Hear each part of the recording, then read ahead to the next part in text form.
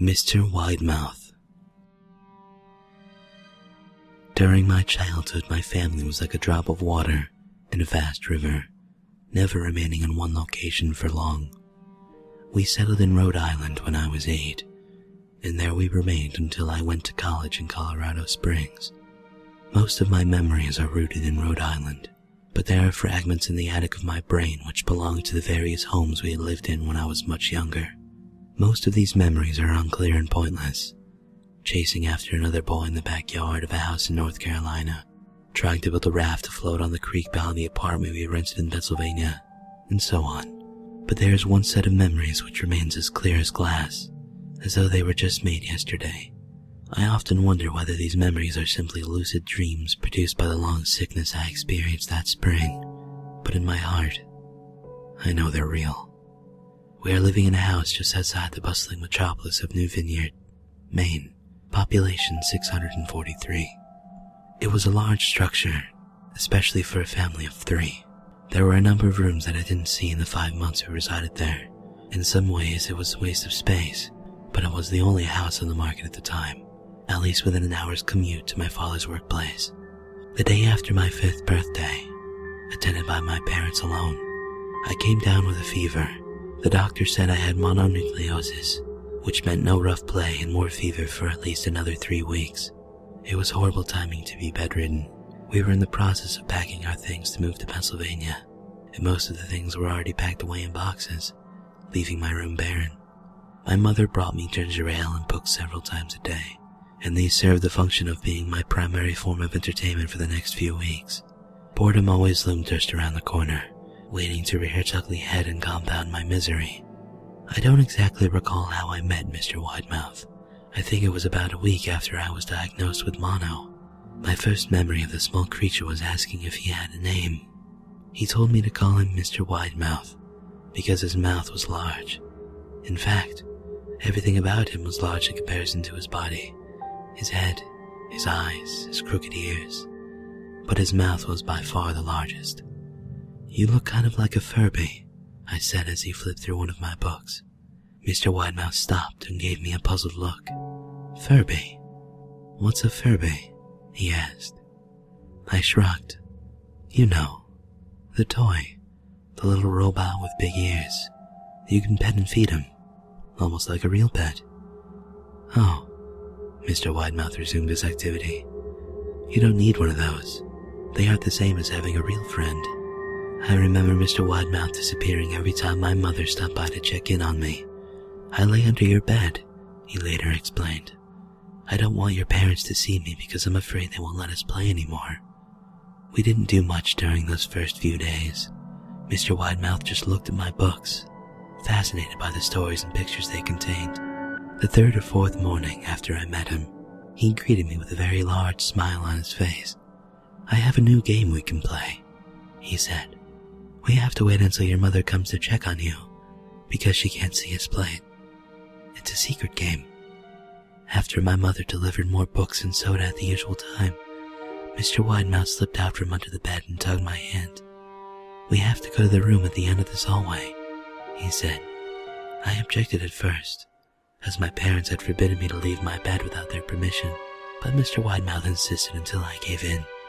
The room in question had no furniture or wallpaper. Its only distinguishing feature was a window opposite of the doorway.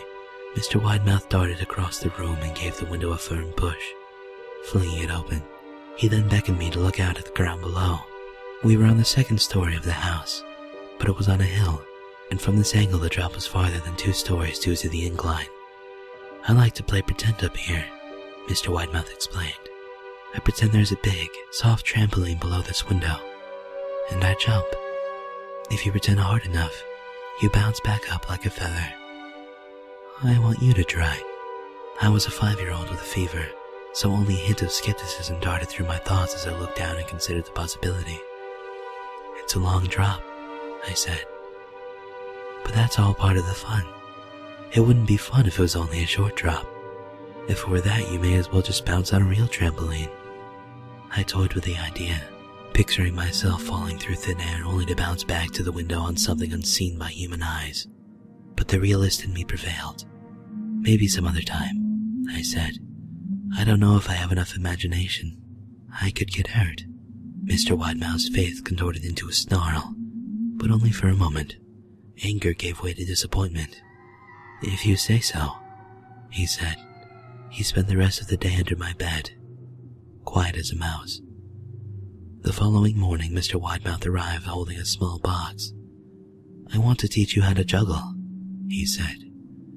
Here are some things you can use to practice before I start giving you lessons. I looked in the box. It was full of knives. My parents will kill me, I shouted, horrified that Mr. Widemouth had brought knives into my room, objects that my parents would never allow me to touch. I'll be spanked and grounded for a year. Mr. Widemouth frowned. It's fun to juggle with these. I want you to try it. I pushed the box away. I can't. I'll get in trouble. Knives aren't safe to just throw in the air. Mr. Widemouth's frown deepened into a scowl. He took the box of knives and slid under my bed, remaining there for the rest of the day. I began to wonder how often he was under me. I started having trouble sleeping after that.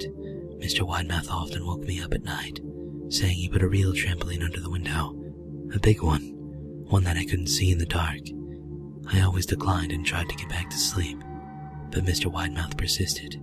Sometimes he stayed by my side until early in the morning, encouraging me to jump. He wasn't so fun to play with anymore. My mother came to me one morning and told me I had her permission to walk outside. She thought the fresh air would be good for me, especially after being confined to my room for so long. Ecstatic, I put on my sneakers and trotted out to the back porch, yearning for the feeling of sun on my face. Mr. Widemouth was waiting for me. I have something I want you to see, he said. I must have given him a weird look, because he then said, It's safe. I promise. I followed him to the beginning of a deer trail which ran through the woods behind the house.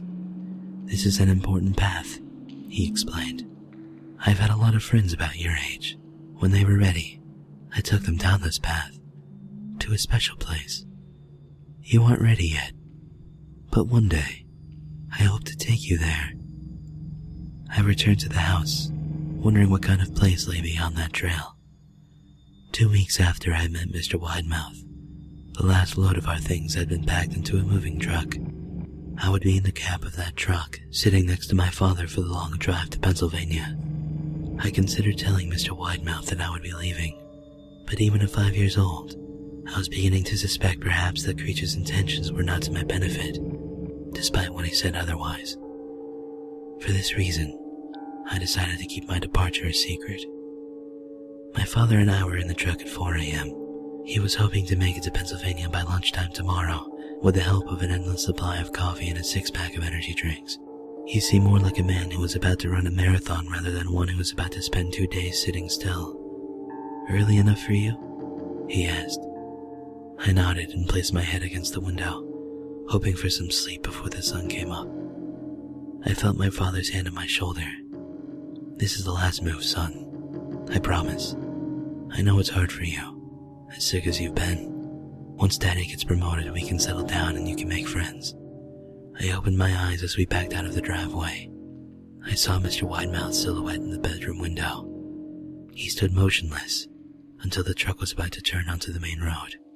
He gave a pitiful little wave goodbye, steak knife in hand. I didn't wave back. Years later, I returned to the vineyard. The piece of land our house stood upon was empty except for the foundation, as the house burned down a few years after my family left. Out of curiosity, I followed the deer trail that Mr. Widemouth had shown me. Part of me expected him to jump out from behind a tree and scare the living bejesus out of me. But I felt that Mr. Widemouth was gone, somehow tied to the house that no longer existed. The trail ended at the New Vineyard Memorial Cemetery. I noticed that many of the tombstones belonged to children.